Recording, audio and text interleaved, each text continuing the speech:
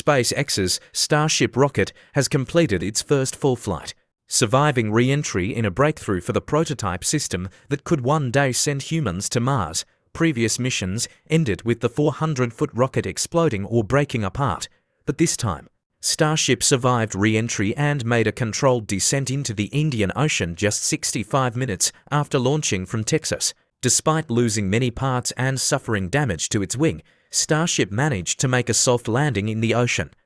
SpaceX CEO Elon Musk shared on his social media platform X, "Today was a great day for the future of humanity as a spacefaring civilization." Starship lifted off from the company's starbase in Boca Chica, Texas at 7:50 a.m. 12:50 GMT, then flew into space and traveled across the globe. It reached an altitude of about 130 miles and traveled at speeds exceeding 16,000 miles per hour before starting its descent.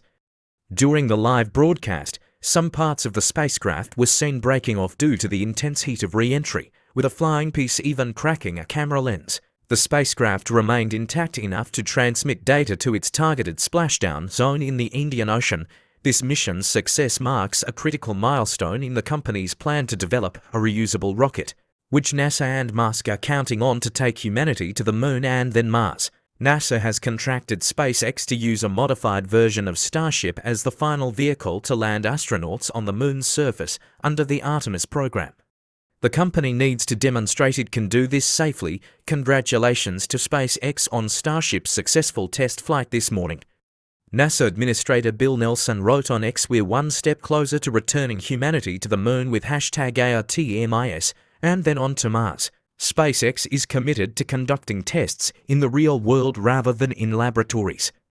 Musk has promised more tests while developing a fully and instantly reusable orbital heat shield, aiming to build a reusable satellite launcher and lunar lander. NASA aims to use it to return astronauts to the Moon by 2026, competing with China, which plans to send astronauts there by 2030. China has made several advances in its lunar program recently, including a second landing on the Moon's far side for a sample collection mission. Starship's first launch in April 2023 exploded a few minutes after reaching about 25 miles in altitude.